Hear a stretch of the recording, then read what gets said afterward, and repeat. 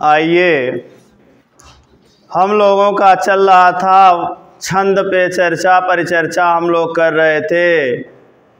छंद दो प्रकार के बताए गए, पहला छंद मात्रिक और दूसरा वर्णिक। मात्रिक छंद का एक छंद हम लोगों के सिलेबस यानी पाठ्यक्रम में यूजीसी के केवल एक छंद है आर्या। आर्या पे हम लोग चर्चा किए थे। आर्या का लक्षण क्या है, याद है आप लोगों को? बोलिए।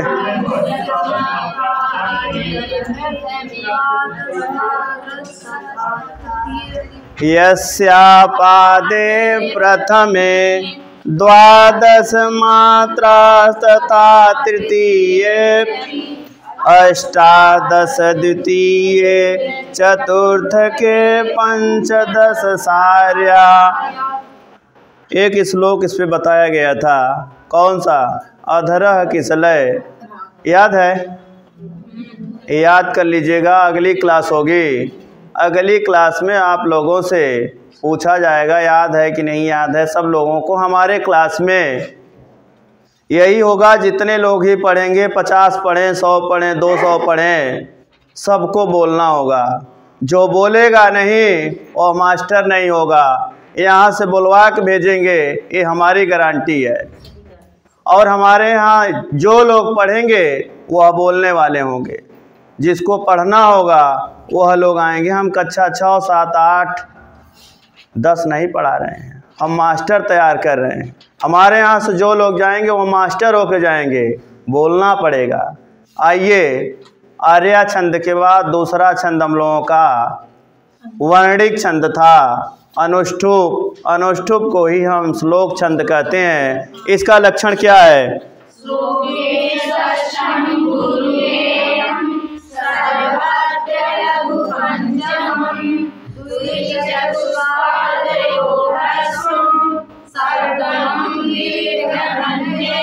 बहुत बढ़िया। श्लोक बताया गया था निशतक का। संपत्सु महताम चित्तम भवति उत्पल कोमलम आपस्तु च महाशैल शिला संघात कर्कशम। पहले दिन के क्लास में हम लोग 2 छंद पे चर्चा किए थे। दूसरे दिन के क्लास में हम लोग 4 छंदों पे चर्चा किए थे। और 4 छंद हमें लग रहा है कि जो लोग मेरे क्लास में बैठे होंगे, जो लोग हमारे यूट्यूबर भाई बहन, चाचा चाची, दादा दादी जिनको कहा जाए, जो लोग भी देखे होंगे, उनको इतना परिज्ञान हो गया होगा कि 11 वर्ण के कौन कौन से छंद हैं। आइए फिर हम उनका पुनर्वलोकन करेंगे। इंद्र वज्रा का लक्षण क्या है? स्यादिंद्र वज्रा यदि तो जगोगा, स्यादिंद्र वज्रा यदि तो जगोगा। श्लोक बताए थे इंद्र वज्रा का उस दिन। और जो कालिदास की 7 रचनाएं हैं उनमें से बहुत ही इम्पॉर्टेंट रचना, बहुत ही महत्वपूर्ण रचना यानी अभिज्ञान शाकुंतलम। अभिज्ञान शाकुंतलम के चतुर्थ अंक में 22वां श्लोक कर्ण ऋषि जी द्वारा कहा जा रहा है। आइए वाचन करते हैं।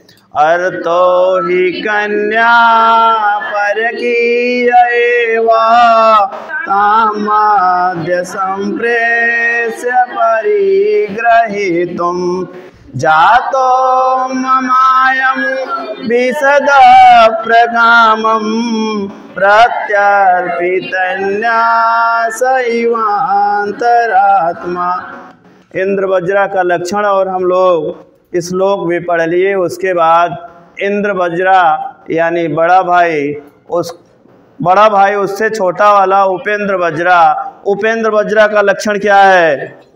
उपेंद्र वज्रा जत जास्ततो गो, उपेंद्र वज्रा। श्लोक याद है रघुवंशम का? अलम महीपाल तव श्रमेण प्रयुक्तमस्मि न पादपुन्मूलन शक्तियः शिलोचये मूर्छति मारुतस्य। उसके बाद उपजाति का लक्षण बताना नहीं है। उपजाति का लक्षण आप लोग चाहें तो याद कर सकते हैं, नहीं भी चाहें तो आप इंद्र वज्रा और उपेंद्र वज्रा 11 के वर्ण के हैं। इंद्र मतलब क्या होगा? बड़ा भाई। लघु होगा कि गुरु होगा? गुरु होगा। और उपेंद्र वज्रा में पहला वर्ण क्या होगा? लघु होगा। जब दोनों लघु और गुरु दो पाद में मिल जाएंगे तो हमारा क्या हो जाएगा? उपजाति होगा। आइए 3 छंद हम लोग पढ़ लिए 11 वर्ण वाले। आइए चौथा छंद पढ़ते हैं। चौथा छंद क्या है? शालिनी। उपजाति का एक श्लोक वाचन कर लीजिए। येषां न विद्या न तपो न दानम ज्ञानम न शीलम न गुणो न धर्म ते मर्त्यलोके भूता मनुष्य रूपेण मृगाश्चरन्ति। और भी श्लोक, बहुत सारे श्लोक हैं। आइए हम लोग शालिनी की तरफ चलेंगे। शालिनी में कितने वर्ण होते हैं? 11 वर्ण। आइए शालिनी युक्ता मतौ तगो गोदी लोकये।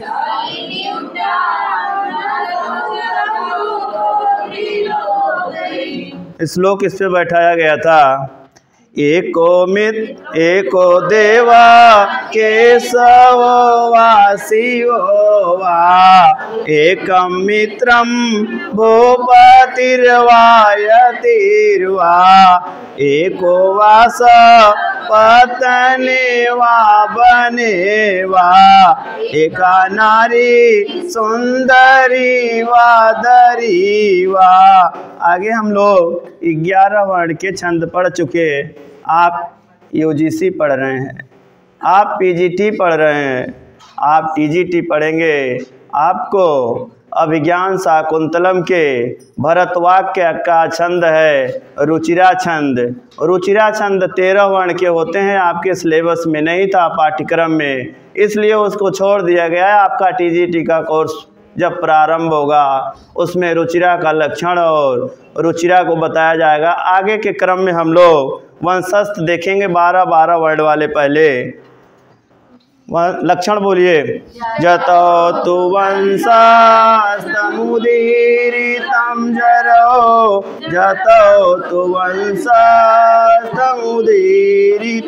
जरो व्रजन्ति ते मूढधिया पराभवं भवन्ति माया विषयेन मायेन प्रविश्य हि घ्नन्ति शठास्तथा विधान असंभृतांग त्रिषिता इवेशव।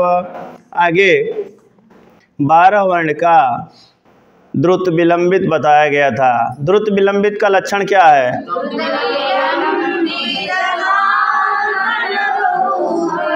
द्रुत विलंबित माहन भवरो। इसका क्या होगा? श्लोक देख लेंगे। गज भुजंग विहंगम बंधनम शशि दिवाकर योग्रपीडनम मतिमतां च विलोक्य दरिद्रता विधिरहो बलवान। एक श्लोक और बहुत सुंदर था। अकरुणा त्वम कारण विग्रह परधने परयोषित च स्त्रिया सुजन बंधुजन स्वसहिष्णुता प्रकृति सिद्धिमिदं। बहुत बढ़िया। आगे हम लोग एक छंद और देखेंगे 12 वर्ण का। क्या उसका नाम है? भुजंग लक्षण क्या होगा? भुजंग प्रयातम चतुर्भीयकारे।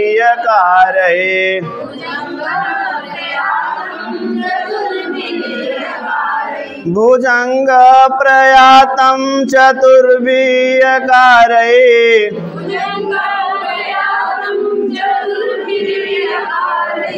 भुजंग के बारे में हम लोग चर्चा किए थे। भुजंग क्या है? और प्रयातम, प्रयात क्या है? उसकी चाल, चाल किस तरह से चलता है सर? उसी चाल में ये चला और इसमें 4 यगण यगण यगण यगण। आगे श्लोक देख लेंगे। नमामि समीसाम निर्वाण रूपम विभुम व्यापकम ब्रह्म देवम स्वरूपम निजम निर्गुणम निर्विकल्पम निरीहम चिदाकाशमाकाशवासं भजेहम। अब हमारा 12 वर्ण का जो छंद था, इस पे हम विजय पा गए। जो हमारे पाठ्यक्रम में था यही 4-3-4 छंद जो था, ये था 12 वर्ण वाले। 13 पे बताए कि आपके सिलेबस टीजीटी में है, लेकिन प्रवक्ता और यूजीसी में नहीं है। आगे हम आएंगे 14 वर्ण वाले। सबसे पहले हम वर्ण गणना करेंगे। अगर वर्णिक होगा तो 14 मिल रहा है कि नहीं, 12 मिल रहा है कि नहीं, 11 मिल रहा है कि नहीं। अगर 11 मिल रहा है तो पहला लघु होगा कि पहला गुरु होगा। 2 पाद दिया तो पहला गुरु दिया है, दूसरे में लघु दिया है तो उपजाति होगा। दिमाग थोड़ा सा लगाएंगे, छंद बहुत सरल है कि नहीं? पहले नहीं आता होगा। हम भी बहुत दिन तक परेशान हुआ करते थे, छंद यार बहुत कठिन है। इसी प्रकार से आपका जो अलंकार है वह भी बहुत सरल है, उस पर भी चर्चा किया जाएगा। आगे हम देखेंगे वंशस्थ छंद पे। वंशस्थ छंद में कितने वर्ण होते हैं? प्रथम पाद में कितने पाद हैं? वंशस्थ में कितने होते हैं? 12। और वसंत तिलका में कितने होते हैं? चारों पाद में कितने होंगे? 14 होते हैं, 12 में।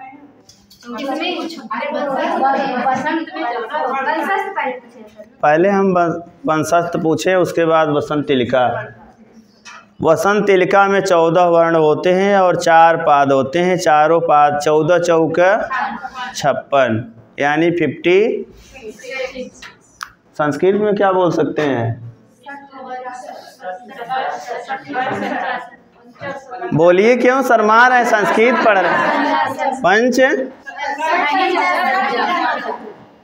एक लोग बोलिए। 56 को क्या बोलेंगे? याद कर लीजिए, अभी अभी गिनती आप लोगों को बताई जाएगी, ठीक है? 60, यही है छोटी छोटी चीज। आगे देखेंगे वसंत तिलका का लक्षण क्या है। उगता वसंत तिलका तब जा जग होगा। उगता वसंत तिलका तब जा जग होगा।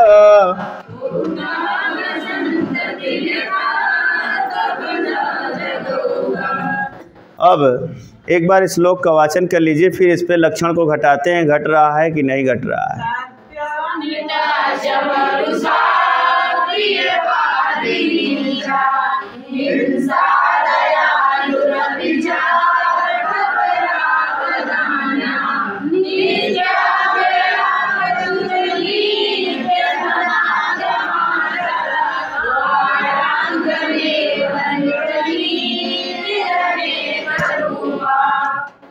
ये आपके टीजीटी 2016 में पूछा गया प्रश्न इसी से है। कितने प्रकार की कौन होता है? वरांगना। तो कितने प्रकार की? 10 प्रकार। और बहुत लोग जो पढ़े नहीं होंगे उनका प्रश्न गलत हुआ होगा, इसीलिए इस श्लोक को हम लेके लिखे। देखिए आपके छंदो मंजरी में कुछ और है, लेकिन इसको लिखे हैं। आपका प्रश्न कहाँ से गलत हो सकता है? जब हम लोगों का टेस्ट पेपर शुरू होगा, खुद जो अन्य कोचिंग अन्य संस्थाओं में जाने वाले लोग हैं अगर मेरे अंदर टैलेंट होगा मैं खींच के लाऊंगा, ये मेरा दवा है। और किस तरह से कहाँ से प्रश्न बनते हैं जो कंपटीटर है उससे ज़्यादा कोई नहीं जानने वाला है। जिस दिन से मैं कंपटीशन छोड़ दूंगा उस दिन से मैं कंपटीशन के बारे में बता नहीं सकता हूँ कि इस समय आयोग कहाँ से प्रश्न बना रहा है। तो एक कंपटीटर से बढ़ के बहुत अच्छे लोग नहीं हो सकते हैं। हालांकि जिसको जहाँ पढ़ना है, मैं किसी का बुराई नहीं करता हूँ। संस्कृत जो भी पढ़ रहा है, पढ़ा रहा है, वो हमारे गुरु हैं, वो हमारे भाई हैं, वो हमारे बंधु हैं। ठीक है, आइए देखेंगे, लक्षण घटाएंगे। उक्ता क्या होगा? लघु होगा, गुरु होगा? गुरु होगा। आगे फिर फिर फिर फिर फिर फिर फिर फिर फिर फिर फिर फिर। अब देखेंगे हमारा लक्षण कहा तब जागो, तब यानी तगण भगण जगण जगण दो गुरु। बैठा लीजिएगा अगर बड़ा नहीं याद हो रहा तो। यानी तगण, तगण में कौन सा आएगा? ताराज ज। ताराज में मतलब ता हो गया, राज हो गया, यानी गुरु गुरु मिल गया। तीन तीन का बैठा लेंगे गण। तीन तीन तीन तीन और दो। गणना करिए। 3 3 6 3 9 3 चौक 12 2, यानी हमारा लक्षण बैठ गया। 14 वर्ण हो गए। कितने वर्ण हो गए? ठीक है, किसी कोई समस्या होगी तो बताइएगा किस तरह से गणना कर रहे हैं। किसी को समस्या? आगे देखेंगे। अब अपने जो हमारे श्लोक है, श्लोक पे बैठाएंगे। बैठाया जाए। पहला क्या होगा? दूसरा क्या होगा? फिर आगे फिर लघु गुरु कैसे होगा? अगर बड़ा ऊ होता है यहाँ गुरु गुरु गुरवा, अगर बड़ा हो जाता तो फिर हो जाता गुरु। ठीक है, इसलिए कि यहाँ छोटा रू लिखा गया है केवल। आगे फिर क्या होगा? गुरु, फिर आगे लघु, फिर लघु, फिर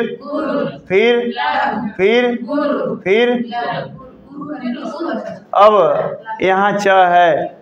च का मतलब जो अंतिम पाद होने वाला होता है, वहाँ पर हम ह्रस्व या दीर्घ अपने पाद को बनाने के लिए बना सकते हैं वहाँ पर। ठीक है, तो यहाँ पर हम गुरु बना लेंगे। ठीक है, अब देखिए बैठ रहा है कि नहीं। 3 3 का बना लीजिए गण।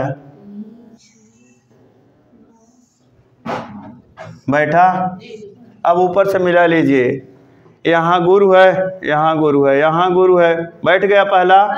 दूसरा देखिए बैठा कि नहीं? तीसरा, चौथा, पांचवा गुरु गुरु बैठा। बोलिए, कुछ लोग डिस्टर्ब हो रहे हैं। समझ में आ रहा है कि नहीं? किसमें? नहीं है ना। इसके बाद वाला वर्ण अगर री होता ना, ये वाला अगर यह होता फिलहाल गुरु हो जाता। यहाँ पर ह्रस्व ही होगा। री क्या होता है? अ ई उ री। ये 5 वर्ण हमारे क्या हैं? मूल स्वर हैं। तो ये क्या आता है? ह्रस्व के अंतर्गत है कि दीर्घ के अंतर्गत? ह्रस्व। तो यहाँ पर इसीलिए हम ह्रस्व लगा दिए। अब किसी को और कोई समस्या? आगे फिर दूसरे वाले में देखेंगे क्या होगा। पहला गुरु होगा। क्यों होगा? ये संयुक्ताक्षर है। फिर फिर फिर फिर फिर फिर आगे फिर लघु। ये वाला र जो उड़ंतुआ है आ गया इसमें, फिर दीर्घ कर दिया। चा पहले से भी था। आगे फिर क्या होगा? लघु, फिर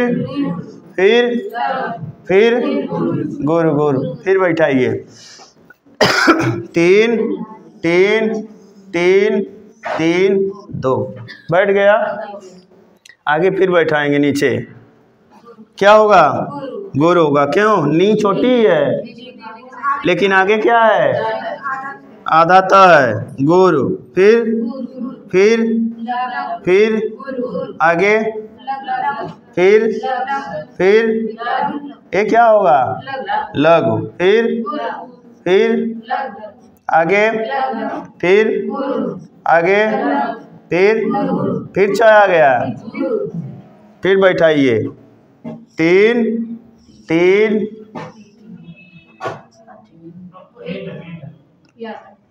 यही था। फिर बैठाइए, 3 2 बैठ गया। लिख लीजिएगा, बाद में फिर पूछेंगे हम। आगे वारंगनेव शब्द है। वार में क्या होगा? गुर। फिर गुर, फिर यही आ गया निरी। फिर आगे वाला, फिर आ गया। फिर क्या होगा? लघु। आगे गुरु, फिर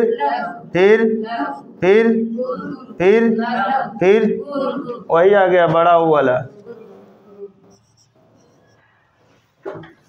3 3 का कर लीजिए। फिर हो गया, यानी 14 वर्ण इसमें, 14 इसमें, 14 इसमें, 14 इसमें। जोड़ी इसको गणना कर लीजिए। 4 चौके 4 4 8, 4 3 12, 4 चौक 16, 4 1 कितना हो जाएगा? ये 56। ऐसे भी कर लीजिए, संस्कृत वाले थोड़ा गणित कम जानते। 56 हो गया। आपसे पूछा जाएगा कि उक्ता बसंत तिलका में चारों पाद में कितने वर्ण हैं? कितने बताएंगे? एक पाद में कितने हैं? भूलेगा तो नहीं? आइए एक बार वाचन कर लीजिए, फिर आगे देखते हैं। लक्षण से चलिए। उक्ता बसंत तिलका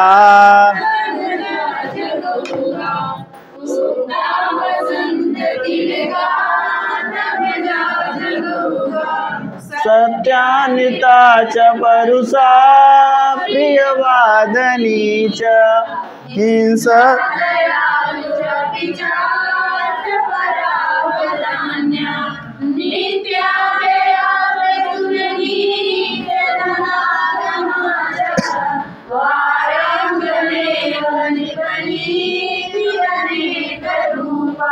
बहुत बढ़िया। इसी तरह से अभिज्ञान शाकुंतलम के चतुर्थ अंक में, चतुर्थ अंक के चौथे अंक का दूसरा श्लोक है, कण्व के शिष्य के द्वारा कहा गया है। याद है किसी को? याद है? हाँ, फिर वाचन कर लीजिए उसका भी। कतोस्त शिखरम परितोष दीना माविष्कृतोरुण सर एक तोर्क तेजोद्वयस्यैवोपाद्यसनो द्वयाभ्याम।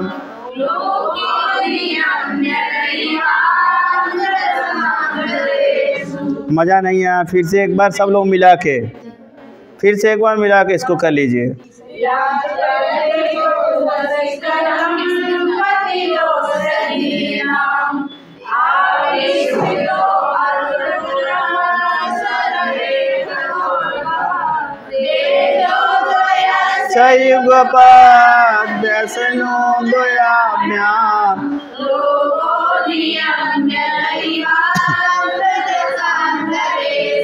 बहुत बढ़िया। बहुत सारे श्लोक हैं। आप लोगों से मेरा निवेदन है या प्रार्थना है, जो भी समझ लीजिए, सब लोग बोलिए।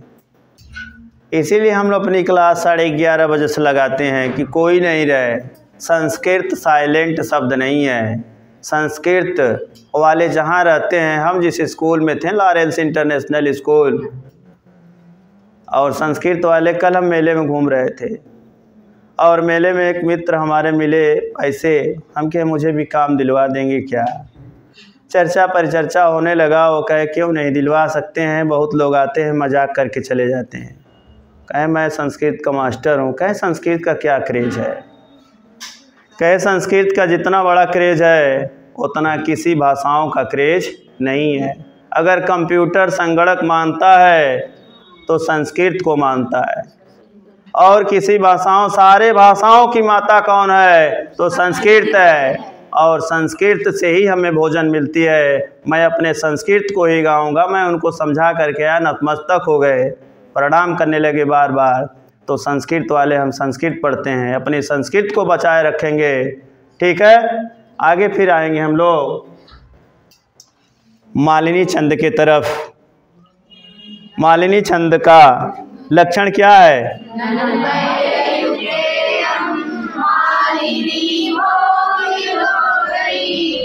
ननमयुतेयं मालिनी भोग लोकै।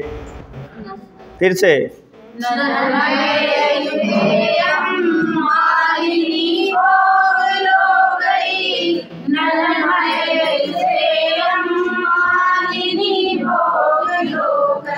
श्लोक।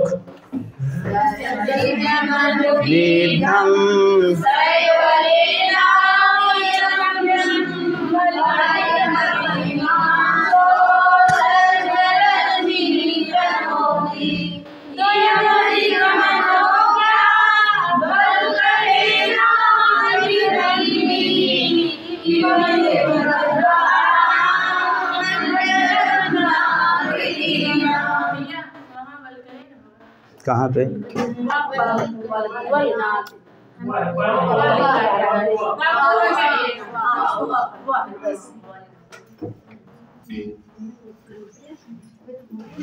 बहुत बढ़िया, छोटे छोटे गलती को पकड़ रहे हैं, मुझे बहुत अच्छा लग रहा है। ठीक है, तो ऐसे छोटे छोटे गलती होगा, आपके प्रश्न जब आएगा पूछा जाएगा, उसमें छोटी छोटी गलती होगी, उसको जहाँ सुधार दिए 125 में 125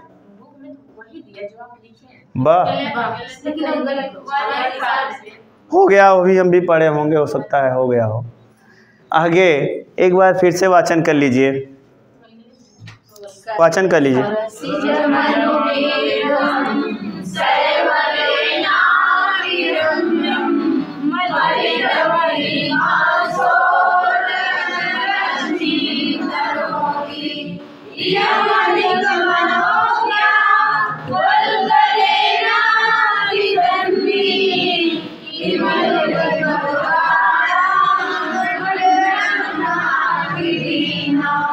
बहुत बढ़िया। आगे ननमयुतेयं मालिनी। अब इतना बड़ा जिसको नहीं याद हो रहा है वो क्या याद कर लें? ना मय, ना मय, यानी ना मैं कहते न न नगण नगण मगण यगण। हो गया कि नहीं? बहुत बड़ा जहमत न मोल सके जो, वह केवल नामय कर ले, नामय कर ले पढ़ने का। आएगा कि नहीं? आता है। मगण मगण और नहीं, नगण नगण मगण यगण, ऐसे भी प्रश्न बनते हैं। अगर क्या है यगण? हाँ, एक छूट गया है यहाँ, क्या होगा? नगण नगण मगण यगण यगण, यानी 3 3 6 3 9 3 चौक 12 3 5 15 वर्ण होते हैं। कितना अक्षर लिखा गया है? प्रत्येक चरण में 15 अक्षर कहिए, वर्ण कहिए, लेकिन मात्रा न कहिए। ठीक है, आगे देखेंगे। ननमयुतेयं मालिनी भोग लोकै। अगर इतना नहीं याद हो रहा है तो इसको अपने ध्यान में बैठा लीजिएगा, नोट कर लीजिए। उसके बाद आइए देखते हैं हो रहा है कि नहीं, लक्षण घट रहा है कि नहीं, कितने वर्ण हो रहे हैं और कौन कौन हो रहे हैं। नगण नगण आ रहा है कि नहीं आ रहा है, मगण आ रहा है कि नहीं, यगण आ रहा है कि नहीं, यगण आ रहा है कि नहीं। आइए लक्षण पे बैठाते हैं। बोलिए क्या होगा? न में लघु लघु लघु लघु लघु लघु, फिर गुरु, फिर गुरु, फिर देखा करिए आप लोग, हम लिखते जरूर हैं लेकिन आप लोगों का ध्यान से सुनते रहते हैं। आगे फिर लघु, फिर फिर फिर फिर फिर देखिए अब नगण में क्या होता है, लक्षण लिख दें। हाँ, वो वाला सूत्र य मा ता राज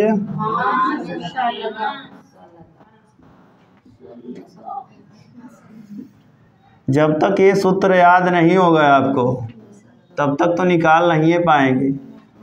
तो देखिए नगण में, नगण मतलब यहाँ से लीजिए सलक, नस्ल, नस्ल आता है ना, गाय में भी नस्ल है, भैंस में भी नस्ल है, मनुष्य में भी नस्ल है। जैसे हमारे यहाँ सारे तरह के लोग पाए जाते हैं भारत में, लेकिन क्या है यहीं आपसे सटा हुआ देश है कौन? नेपाल। नेपाल वाले जो आ जाते हैं तो नेपाल को पहचान जाएंगे नेपाली है, लेकिन हमारे भारत के लोग नेपाली टाइप के भी होते हैं। इंडियन सारे क्वालिटी के होते हैं, खूब सुंदर भी होते हैं, खूब खराब भी होते हैं। देखे हैं कि नहीं कितने हम लोग अच्छे हैं। आइए देखेंगे नगण। नगण मतलब क्या हुआ? लघु लघु लघु, यानी तीनों लघु हो गया, बैठ गया। फिर भैया कहा फिर नगण है। फिर नगण मतलब फिर नस्ल आ गया, फिर तीनों लघु हो गया। भैया अब फिर कहे बड़ा लघु लघु लघु कर लिए। अब थोड़ा आओ दीर्घ में, तो दीर्घ में आया तो क्या हो गया? म। तो मगण का देख लेंगे, माँ मतारा आ गए। अब तीनों के तीन क्या हो गए? कहे भैया बड़ा मजा लिए आप दोनों लोग, पहले लघु लघु किए फिर गुरु गुरु किए, अब ऐसे काम नहीं चलेगा। भैया इंद्र वज्रा और उपेंद्र वज्रा अब मिलेंगे।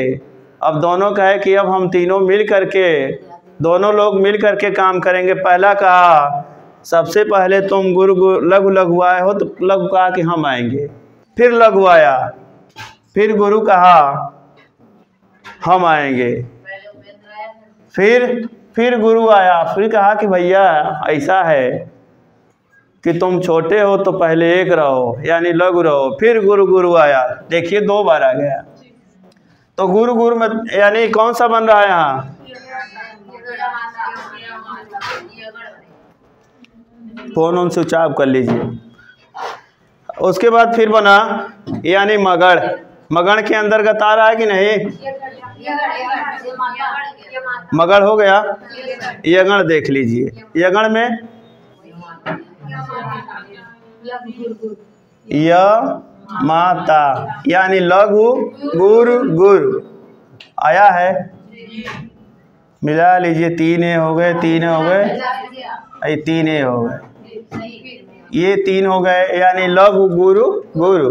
फिर हो गया 3 3 6 3 9, 3 चौके 12, 3 पचे 15। हम लोग तो कंफ्यूजन करा दे रहे हैं। हो रहा है कि नहीं? 15 बैठ गया। फिर लक्षण बोलिए तब दिमाग खुलेगा। बोलिए लक्षण एक बार।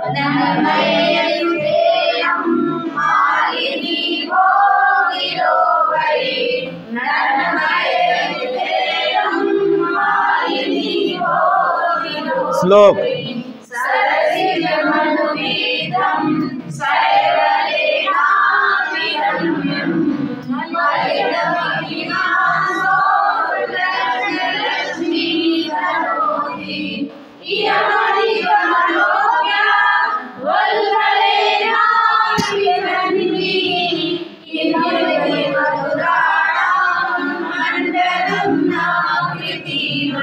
आगे श्लोक पे लक्षण घटाएंगे, घट रहा है कि नहीं घट रहा। आइए देखिए, पहला क्या होगा? फिर फिर फिर फिर फिर फिर फिर फिर फिर फिर फिर फिर फिर। अब देखिए नगण नगण मगण यगण यगण बैठ रहा है कि नहीं? ये देखिए नगण नगण फिर मगण यगण यगण बैठ गया। आ गया कि नहीं? कितने वर्ण हो गए? दूसरे पंक्ति में देखेंगे बोलिए क्या होगा?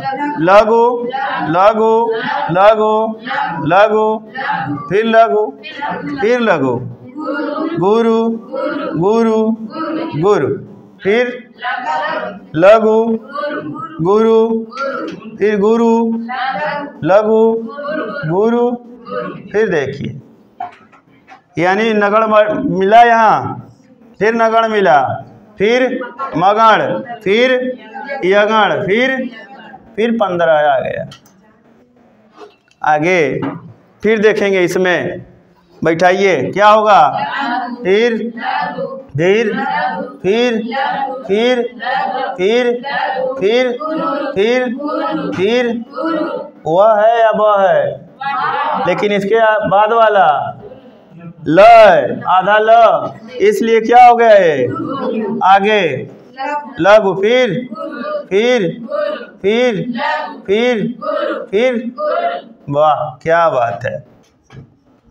आप लोग तो ऐसे साथ देंगे तो फिर कोई किताब अब कुछ बचेगा ही नहीं। आगे देखेंगे, फिर आगे क्या लिखेंगे?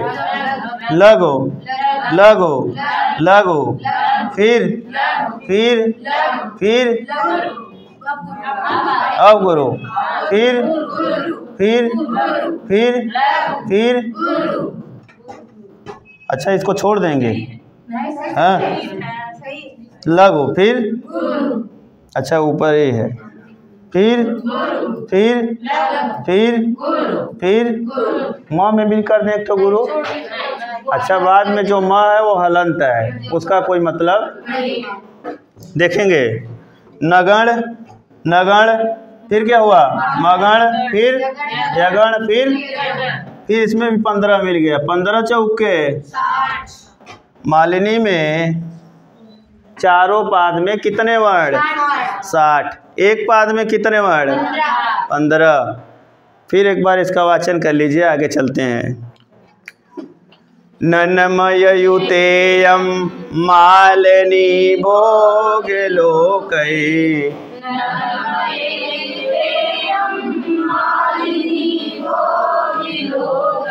इसका फिर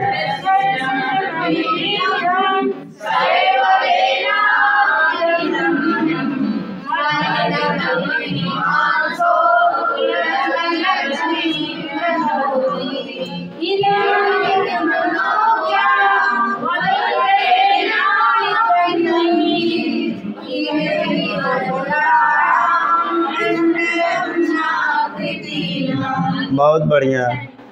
जो लोग नहीं बोल रहे हैं, मेरा निवेदन है बोलें। आगे पीछे मिलाकर चला जाता है। जो छोटा भाई होता है उसको समझाया जाता है, जो बड़ा भाई होता है उसे समझा जाता है। आप दोनों लोग, आप सब लोग बैठने वाले सब मास्टर हैं, और मास्टर नहीं, हम असिस्टेंट प्रोफेसर पढ़ा रहे हैं इस समय। यूजीसी में बैठने वाले स्टूडेंट जो नेट क्वालिफाई हो वो असिस्टेंट प्रोफेसर के हकदार बन गया है, ठीक है। तो सब लोग तालमेल बैठा करके कार्य को करिए। जहाँ पर हम 15 एक पाद में 15 वर्ण पाएंगे वहाँ पर हम मालिनी कहेंगे। अब मालिनी में आपसे पूछा जाएगा कितने वर्णों पर यति है? कितने पे है? 8 और 8, 7 पे यति है 8। यानी क्या है? लोग कितने होते हैं? लोग 14 होते हैं, लेकिन 7 लोगों की परिकल्पना इसमें किया गया है। क्यों? इसलिए किया गया है। नाग कितने होते हैं? नागों की कोटियां कितनी होती हैं? 8 होती हैं। नाम पता है सब लोगों को? अनंत, वासुकी, शेषनाग, पद्यनाभ, कंबलनाग, शंखपाल नाग हैं ये। हाँ, धृतराष्ट्र और तक्षक नाग एक कालिया नाग थे, जिस कालिया नाग को कृष्ण द्वारा नथिया पहनाया गया था और गेंद निकाला गया था, याद है? तो हम आप लोगों को पूर्व ज्ञान पर चले जाते हैं। हम लोग पुनरावलोकन करने लगते हैं। हम कक्षा 5 में पढ़ा करते थे, और उनके सारे मित्र बैठा करते थे, बैठ करके देखते थे वो कृष्ण तो चला गया। कौन सा गंगा, कौन नदी थी? यमुना। उसकी उस नदी का जल इतना विषैला था, काला पड़ा था, और उस कालेपन में जब बाल चला गया, भैया जब हम लोग क्रिकेट खेलते रहते हैं इतना नशा होता है, बाल कहाँ जा रहा। हम एक दिन आ रहे थे, रास्ते में बाल नाली में गए, तुरंत एक बालक आया, उठाया और धीरे से कपड़े में पोंछ लिया। तो यही नशा था उनको। डर बन गया कृष्ण को कि हमारे जो मित्रगण हैं क्या कहेंगे, बाल तो लाना ही पड़ेगा। उस यमुना जी के जल में कूद जाते हैं और कूद करके उस जो कालिया नाग होता है उसको नाद देते हैं और बाल लेकर के उसके फन पे खड़े होकर के बांसुरी बजाने लगते हैं। आइए हम लोग आज हम नाग पढ़ रहे हैं। नाग कितने होते हैं? 8। लोग कितने होते हैं? लोक 7 का इसमें चर्चा किया गया है। अब जैसे आपसे कहा जाएगा भूलोक, भूलोक मतलब पृथ्वी लोक। अब यहाँ से जो 7 नीचे वाले हैं, 7 नीचे वाले क्या है? अतल, बीतल, सुतल, तलातल, महातल, रसातल, पताल। ठीक है, तो बताने का मतलब यह है कि यूजीसी में प्रश्न बनते हैं यहाँ से। जो तल है, पहला क्या होगा? पृथ्वी के बाद अतल, दूसरा बीतल, तीसरा और चौथा होगा तलातल, और 5वां होगा महातल, 6वां होगा रसातल, 7वां होगा पताल।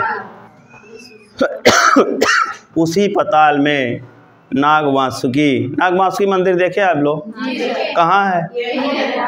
प्रयागराज में, हमारे घर के बगल में, हमारे कमरे के बगल में। कितने भाग्यशाली हम हैं। इस प्रयाग जैसे नगरी में रह रहा हूँ और प्रयाग नगरी में रहते हुए उस नागवासुकी मंदिर के बगल में मेरा कमरा है। मुझसे भाग्यशाली कौन है? मैं 10 साल से रहा, मुझे कोई तकलीफ नहीं। और आप लोगों का दया दुआ होगा तो जो कष्ट सहा होता है, हमारे कालिदास जी द्वारा कहा गया है मेघदूतम में, निश्चय गच्छति ऊपरी। तो जिस प्रकार के चक्र का पहिया होता है, कभी नीचे कभी ऊपर, ये 2 भाई हैं, सुख है और अरे दुख आया तो कहा सुख, क्यों परेशान हो रहे हो? आने वाले। ठीक है, तो कभी मैं परेशान नहीं हुआ। आगे फिर देखेंगे हम लोग थोड़ा सा।